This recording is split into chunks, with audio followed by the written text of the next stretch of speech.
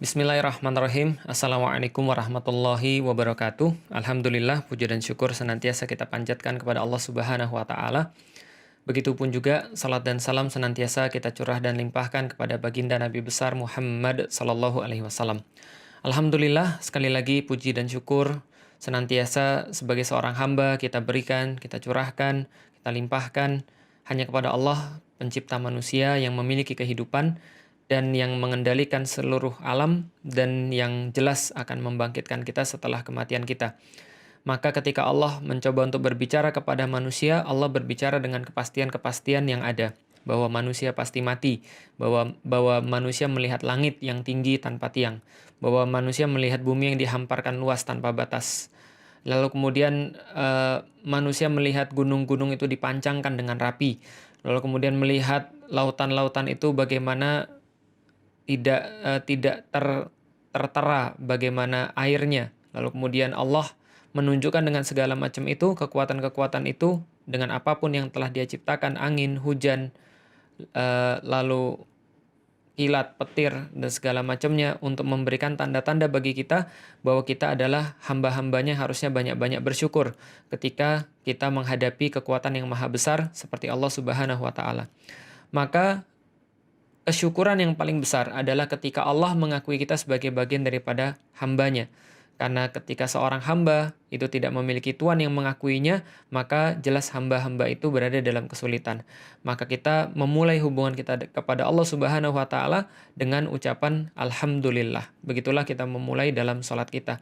Maka mudah-mudahan kita senantiasa bersyukur pada Allah atas segala yang Allah berikan kepada kita, dan mudah-mudahan kita senantiasa beristighfar terhadap apapun dosa-dosa kita, karena beristighfar kepada Allah termasuk bagian daripada satu kesyukuran juga.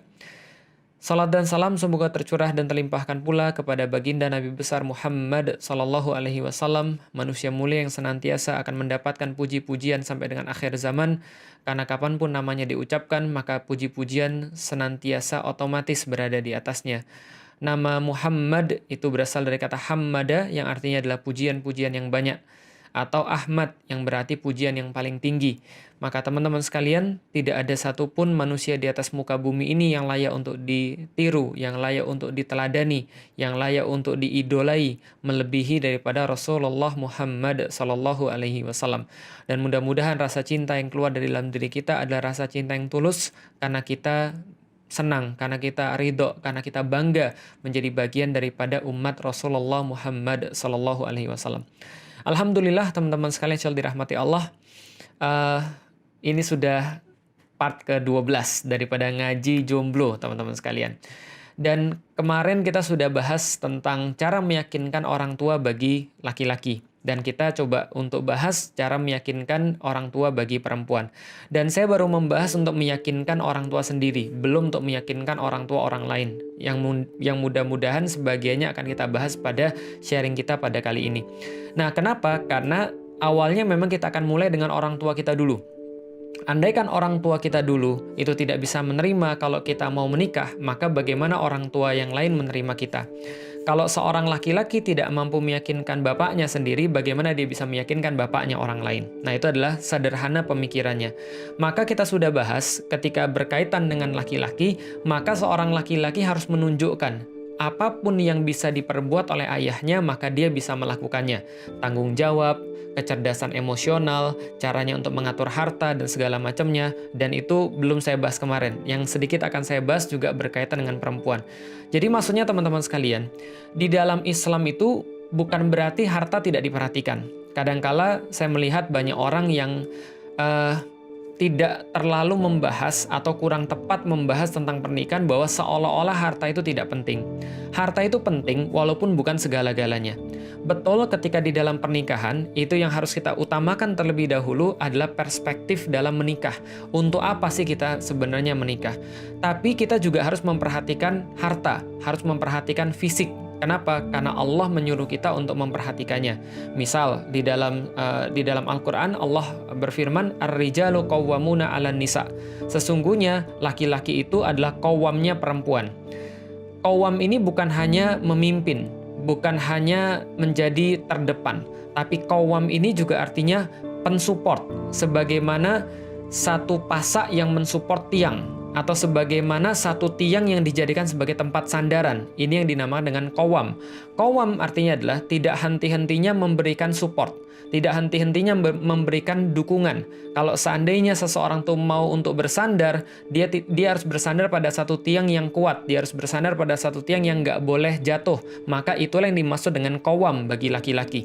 Jadi laki-laki bukan hanya pemimpin bagi wanita, bukan hanya dia mengarahkan wanita, tapi dia menjadi sandaran bagi wanita, dia menjadi tempat untuk berharap bagi wanita, dia yang melindungi wanita, dia yang kemudian menjaga, mengayomi, memberikan ketentraman bagi wanita. Karena ar-rijalu qawwamuna 'alan nisa bima fadallallahu ba'dahum 'alal ba'd. Kata Allah, kenapa ar-rijal itu, laki-laki itu diutamakan atas perempuan? Karena laki-laki telah dilebihkan atas perempuan dalam satu hal, dan perempuan juga dilebihkan atas laki-laki dalam satu hal. Maka bisa jadi ketika dalam urusan-urusan tertentu laki-laki menjadi pemimpinnya, dalam urusan-urusan yang lain perempuan yang menentukan. Misal ketika Rasulullah mengatakan, setiap kalian adalah pemimpin, kullukum ra'in. Jadi setiap dari kalian adalah pemimpin dalam urusannya masing-masing. Wa kullukum mas'ulun an ru'iyatihi. Dan setiap daripada kalian yang menjadi pemimpin itu akan diminta pertanggungjawabannya atas apa yang kalian pimpin di situ. Maka seorang perempuan, Rasulullah menjelaskan, adalah pemimpin dalam rumahnya.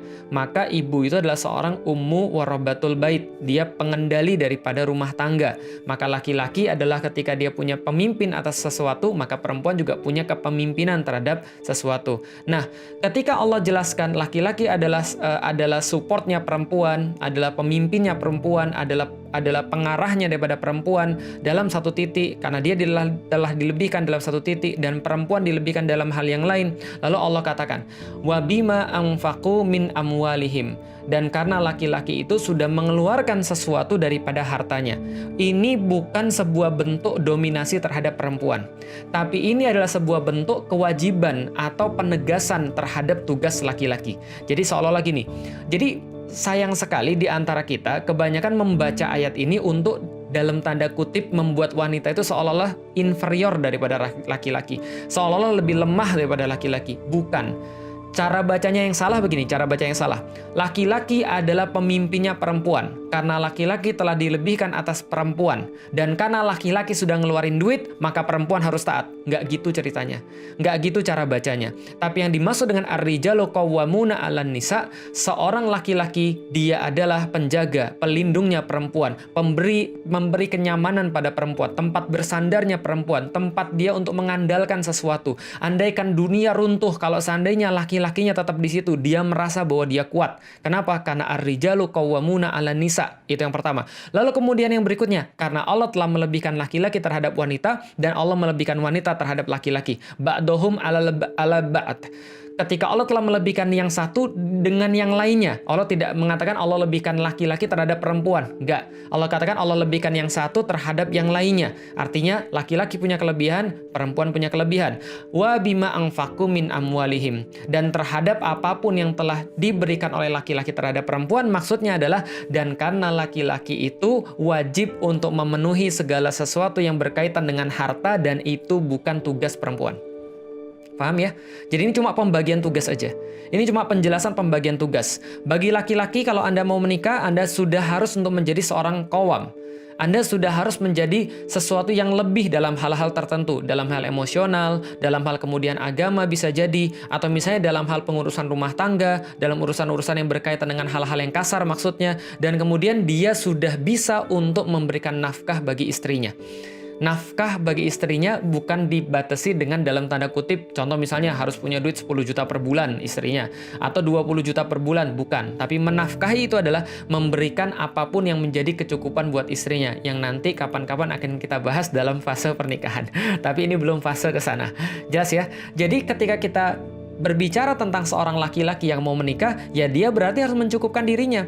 Ada yang nanya kemarin, Ustadz gimana kalau saya mau menikah, perempuannya sudah mau sama saya, orang tuanya sudah nggak ada masalah, tapi saya nggak ada duit, ya itu masalah antum. Nah, itu yang harus diselesaikan terlebih dahulu. Bagaimana antum mau ngomong nikah, tapi antum belum bisa menyelesaikan kewajiban dalam hal mencari nafkah, dalam hal kemudian mencari harta, dan ini harus kemudian difahami. Ini adalah kewajiban ketika orang sudah menikah. Lihat, orang ketika mau sholat itu nggak wajib khusyuk. Tapi begitu dia sudah sholat, maka dia wajib khusyuk. Jelas ya? Jadi khusyuk itu adalah kewajiban setelah sholat. Nafkah itu bukan syarat nikah.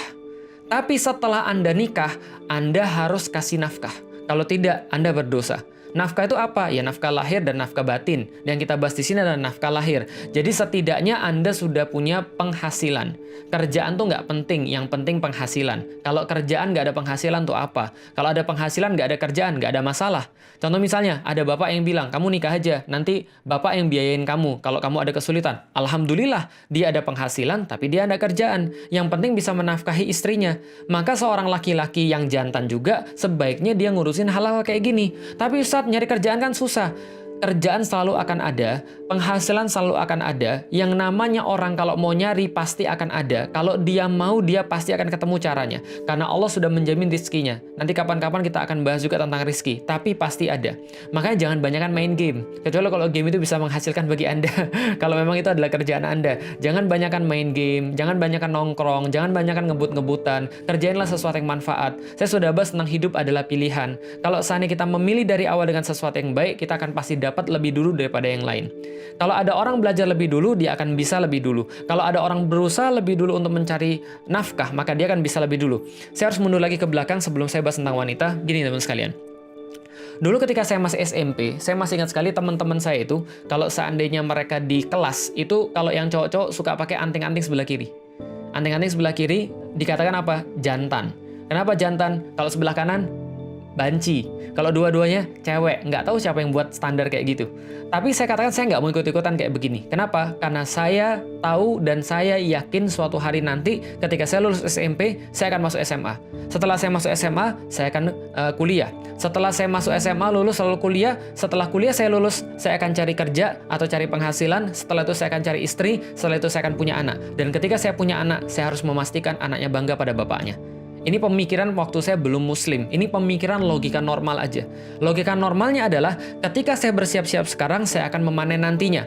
Maka pertanyaannya adalah, kalau ada orang yang ketika di SMP masih kemudian anting-antingan, masih ngerokok, masih membuang-buang hidupnya ketika di SMA, dia harus kemudian mulai untuk belajar. Dan ketika saya lulus kuliah, apa yang terjadi? Teman-teman saya yang awalnya membuang-buang waktu tadi, yang kemudian masih hidup-hidupnya mau enak, muda foya-foya, tua kaya raya, mati masuk surga, itu kemudian yang menjadi pemikiran mereka yang aneh. Lalu apa yang terjadi pada mereka? Ketika mereka lulus kuliah, mereka baru mau belajar rapi, baru belajar bajunya rapi, baru belajar penampilannya rapi. Saya sudah belajar itu dari SMP. Ketika mereka baru belajar untuk cari uang, saya sudah belajar itu ketika SMP. Saya buka usaha rental komik misalnya. Jangan ditiru.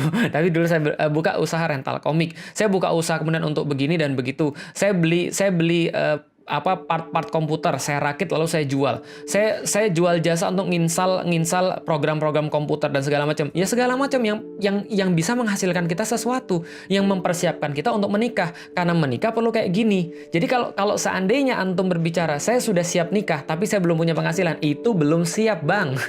Jelas ya? Jadi ini adalah maksudnya paham tentang kecerdasan agama, yang kedua adalah kecerdasan emosional, yang ketiga adalah kecerdasan finansial atau yang bersifat fisik, ragawi, dan juga dipastikan kita bukan orang-orang yang tidak menjaga diri. Karena penting sekali di dalam pernikahan nanti juga akan dilihat, ini orang penyakitan atau tidak, ini orang sehat atau tidak. Lah kenapa? Karena kita jelas tidak mau untuk menjadikan diri kita ini, ya ketika kita menikah, ya kita punya handicap yang harusnya itu bukan datang dari genetika. Karena penyakit itu ya memang ada penyakit keturunan. Tapi ada penyakit karena pola hidup. Nah, maka pastikan diri kita tuh secara ragawi siap. Nah, itu adalah persiapan secara fisik, yaitu adalah harta, ragawi, dan hal-hal yang lain yang berkaitan dengan fisik. Cara merawat tubuh, merawat wajah, mbok ya rambut disisir, mbok ya dikeramas, gitu kan ya. Mbok ya cari baju, cara penampilan yang bagus. Ini adalah fisiknya. Nah, semua persiapan yang saya bahas untuk laki-laki tadi, itu semua berkaitan juga dengan persiapan wanita. Jadi kalau seandainya kita singkat, persiapan wanita juga ada 3. Pertama adalah persiapan yang bersifat agama atau sakofah, yang kedua adalah persiapan yang bersifat emosional, dan yang ketiga adalah persiapan yang bersifat ragawi, yaitu adalah cara untuk memanage harta dan juga cara untuk memanage diri.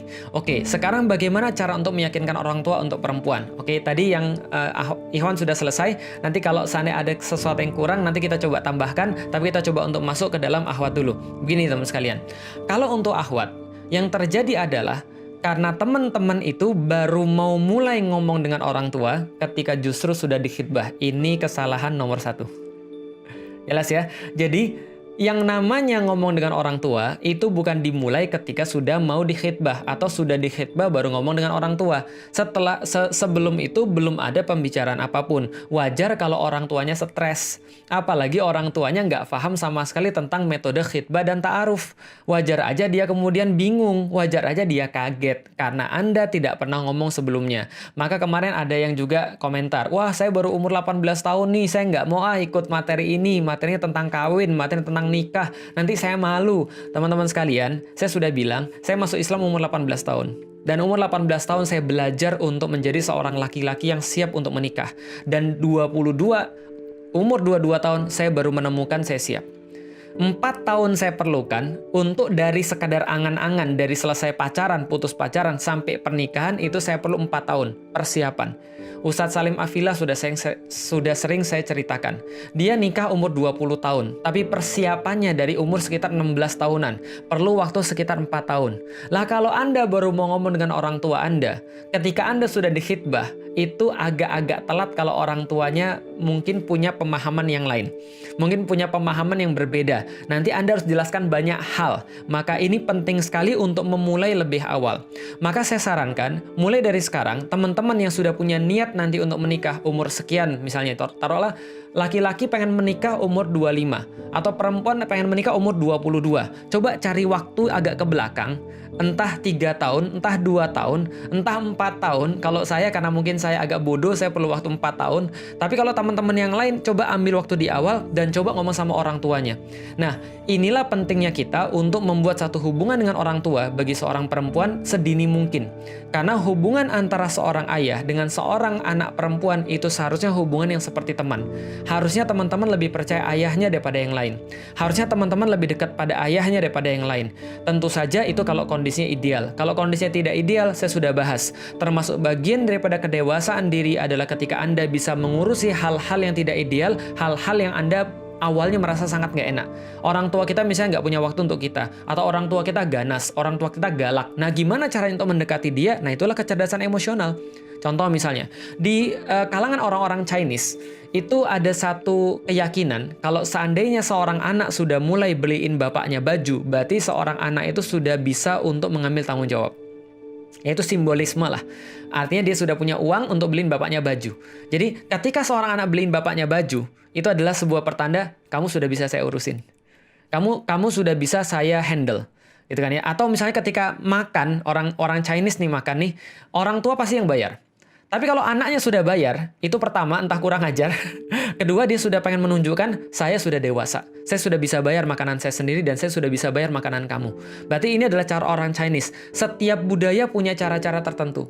Orang Jawa misalnya, itu dengan ngobrol berdua sama bapaknya. Atau mungkin dengan orang-orang yang lain. Orang Sunda apalagi lebih dekat lagi dengan bapaknya. Coba ajukan pertanyaan ini, saran saya, untuk melihat bagaimana reaksi Bapak Anda yang nanti akan menentukan bagi ahwat-ahwat bagaimana kira-kira level Anda untuk siap nikah. Coba gini, nanti coba setelah kajian ini, setelah sharing ini, Anda tanya sama Bapak Anda.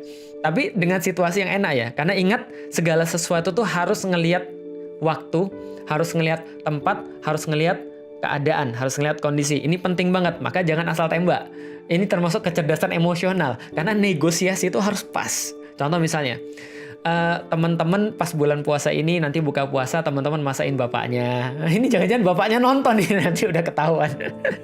Nah, teman-teman berusaha untuk masakin bapaknya, ngasih bapaknya kurma yang terbaik, lalu kemudian kasih minumnya. Abi perlu apa lagi? Dipijitin bapaknya gitu kan ya. Lalu kemudian bapaknya diajak ngobrol sedikit-sedikit, guyonan segala macam. Nah, setelah pas ba'da taraweh, setelah bapaknya mimpin taraweh, lalu kemudian setelah bapaknya selesai zikir, setelah sholat, lalu kemudian bilang, manggilnya apa misalnya, Pak, atau ayah misalnya, boleh nggak saya ngomong sebentar?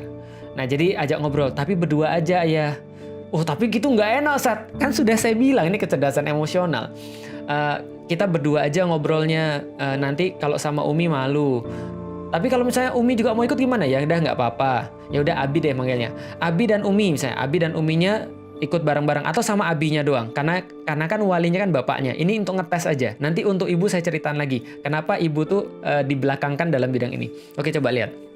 Ajukan pertanyaan begini, kalau sudah pas waktunya, sudah pas keadaannya, lalu kemudian bilang sama bapaknya, Abi, gimana pendapat Abi kalau seandainya saya mau nikah? Coba nanya gitu. Nanti lihat reaksinya. Jelas ya? Saya ulangi. Gimana pendapat Abi? Gimana pendapat Abi kalau seandainya saya mau nikah? Tanya aja. Lah ini kan pertanyaan ini kan bersifat aman. Kenapa? Karena ini kan mungkin bukan Abi saya mau nikah. Nah, itu mesti masalah. Tapi Abi gimana kalau seandainya saya mau nikah? Pendapat Abi gimana? Abi pendapatnya gimana kalau seandainya saya mau nikah? Lihat nanti reaksinya. Kalau reaksinya gini ya, kamu gila ya? Nah, itu berarti Anda sudah gagal gitu kan. Jadi kalau dia kaget terus kemudian dia langsung stroke gitu, nah itu Anda lebih gagal lagi. Jadi ini jawabannya menentukan. Tapi kalau seandainya dia bilang, emang kamu sudah punya calon? Itu berarti lumayan. Emang kamu sudah punya calon? Ya jawab aja, enggak sih Bi, cuma nanya aja. Kalau seandainya saya mau nikah, kan saya perlu tahu seperti apa misalnya contoh laki-laki yang Abi suka. Menurut Abi, kan selama ini kan saya kan diurus sama Abi. Saya kan dikasih makan Abi. Abi sudah melakukan yang terbaik buat saya. Abi memberikan segala sesuatu yang paling best buat saya. Nah tentu dong Abi berhak untuk memberitahu kepada saya, kira-kira gimana sih cara dapat seorang laki-laki yang kayak Abi, ya bisa kayak gitu. Ya itu contoh ya. Nah, atau ya tadi, seperti apa sih kira-kira seorang laki-laki yang cocok bagi saya? Kan pasti Abi dong yang lebih tahu. Nah, coba lihat bagaimana cara dia untuk merespon pernyataan tadi. Yang pertama, kemungkinan yang paling besar sudah terjadi adalah itu adalah pernyataan perang. Oh enggak. Itu adalah pernyataan bahwa Anda minta Bapak Anda untuk mulai memikirkan hal itu. Dan itu sangat halus sekali. Dari situ dia akan memikirkan, oh ya ternyata anak perempuan saya sudah mau nikah. Karena anak perempuan saya, ini berarti anak perempuan saya sudah mau pisah. Karena saya kasih tahu teman-teman sekalian, itu sangat berat sekali bagi seorang laki-laki. Sangat berat sekali bagi seorang ayah. Kenapa? Karena itu mungkin adalah hal yang paling sulit untuk dia lakukan. Serius. Yang sudah saya ceritakan kemarin tentang puisi saya pada anak saya tulis di bawah situ, di bab puisi itu, saya tulis gini. Saya dulu ketika mau belajar naik mobil, belajar nyetir teman-teman sekalian, waktu itu saya nyetirnya maling-maling. Kenapa? Karena bapak saya nggak pernah boleh saya nyetir. Bapak saya bilang, kamu belum siap. Dalam hati saya sudah siap. Dan saya perlu pembuktian aja. Masa saya ambil mobil tetangga untuk pembuktian? Kan nggak mungkin. Maka saya harus pakai mobil. Tapi dia nggak mau ngasih mobil itu. Maka pagi-pagi dia belum bangun, saya ambil mobil itu, saya keluarin. Itu yang pertama. Saya keluarin, saya parkirin mundur supaya nanti tinggal pergi. Saya parkirin mundur, tinggal pergi. Saya parkirin mundur, tinggal pergi. Lama-lama dia diem. Saya tahu ketika dia diem, oh berarti dia mulai agak lumayan. Lalu kemudian saya bawa keliling kompleks. Setelah dia lihat saya bisa, dia baru boleh. Lihat, ini adalah kadang-kadang rasa kasih sayang yang sangat besar dari seorang bapak pada seorang anaknya, dia overprotect. Ini teman-teman perlu tahu dulu, dia overprotect. Nah, maka sama seperti itu, bahkan lebih besar pada anak perempuannya. Saya tulis dalam puisi saya itu, mungkin suatu saat nanti, Alila itu kalau mau nikah, itu mungkin kalau dia sudah marah sama saya, baru kemudian saya mikir, ya ternyata dia udah gede. Ternyata sudah saatnya dia punya kehidupan. Mungkin saya nggak akan pernah memperbolehkan dia karena overprotect-nya saya, sampai dia ngomong begini sama saya, Abi, saya juga punya kehidupan, sebagaimana Abi dulu punya kehidupan. Mungkin satu saya baru sadar, oh ya anak saya sudah dewasa. Sekarang saatnya dia untuk pergi untuk kemudian mencari kehidupan yang lain. Sebagaimana dulu saya ngambil istri saya, lantas orang tuanya mempercayakannya kepada saya. Paham teman-teman sekalian? Jadi ini adalah kemudian karena seorang ayah itu overprotect, maka dia itu memang akan berlaku seperti itu. Nah, setidaknya kalau teman-teman melakukan dengan cara seperti ini, maka teman-teman akan memberikan dia sebuah waktu untuk dia berpikir, ternyata anak saya sudah siap. Ternyata anak saya sudah mulai berpikir ke situ. Maka dari situ nanti pembicaraan yang lebih dalam bisa untuk kita laksanakan. Kita coba tanya pada bapak kita, Abi, nanti kalau seandainya ada seorang laki-laki yang kemudian mau untuk sama saya, dan saya pun senang sama dia, dan saya pun sudah membuat beberapa kriteria, saya juga sudah coba untuk mengkaji Islam, Abi tahu saya melakukan yang terbaik di rumah ini untuk menjadi pengganti daripada ibu, misalnya, bukan berarti ibunya mati, bukan, tapi melakukan tugas-tugas keperempuanan, sebagai bagaimana yang tadi saya bilang laki-laki melakukan tugas-tugas kelaki-lakian. Dia sudah punya tanggung jawab seorang perempuan itu, dia bisa ngurusin rumah, ya minimal bisa membedakan yang mana jahe, yang mana lengkuas, atau minimal kalau masak air nggak gosong gitu kan ya. Nah, ya minimal kayak gitulah. Ustadz itu kayaknya itu kayak zaman dulu banget, perempuan cuma kasur, lalu kemudian sumur, lalu dapur. Bukan itu masalahnya teman sekalian. Tapi problemnya adalah kita cuma ingin memberitahukan bahwa Anda sebagai perempuan memang punya tugas-tugas fitrah tertentu. Karena laki-laki nggak mungkin hamil, gitu loh maksudnya. Sudah dikatakan Allah melebihkan yang satu dengan yang lain. Berarti tugasnya secara fitrah berbeda. Maka kalau Anda sudah bisa menunjukkan, kalau Anda sudah bisa menggantikan tugas-tugas ibu Anda, maka itu menambah keyakinan pada bapak Anda. Mulai dengan kata-kata kayak tadi. Saya ulangi lagi, tanya sama bapak Anda, Abi, gimana pendapat Abi kalau seandainya saya mau nikah? Nanti dia akan memberikan respon. Responnya nanti, emang kamu sudah punya calon? Emang kamu mau nikahnya kapan? Ataupun respon-respon yang lain yang kira-kira memberikan sebuah feedback, memberikan sebuah reaksi. Maka dari situ terjadi percakapan. Seperti apa Bi kira-kira laki-laki yang baik? Seperti apa Bi ketika ketemu dulu dengan Umi? Gimana Abi ketika ngelihat cowok itu baik atau tidak? Saya bukan mengatakan bahwa setiap bapak tahu persis. Saya tahu bapak kita berbeda-beda. Bapak saya juga bukan muslim. Dan saya nggak mencari standar itu. Tapi perlu untuk mengetahui pendapat dia. Kan nggak ada salahnya mengetahui pendapat dia. Sejahat-jahat apapun seorang laki-laki, seorang bapak, dia nggak mungkin menginginkan anaknya dinangisi oleh seorang laki-laki yang lain. Dia pasti akan bunuh orang itu. Bisa jadi. Artinya karena kasih sayangnya begitu besar. Bapak saya nggak gitu, Ustadz. Bapak saya nggak punya kasih sayang. Iya, taruhlah bapak Anda nggak punya kasih sayang, tapi tetap boleh untuk diminta pendapat, bukan? Kan ini kan sudah kita sampaikan. Urusan kita dengan Allah, urusan dia dengan Allah. Tugas Anda adalah melakukan kerjaan Anda, tugas dia melakukan kerjaan dia. Sudah selesai. Maka sampaikan kayak tadi. Nanti ada feedbacknya. Diajak ngobrol.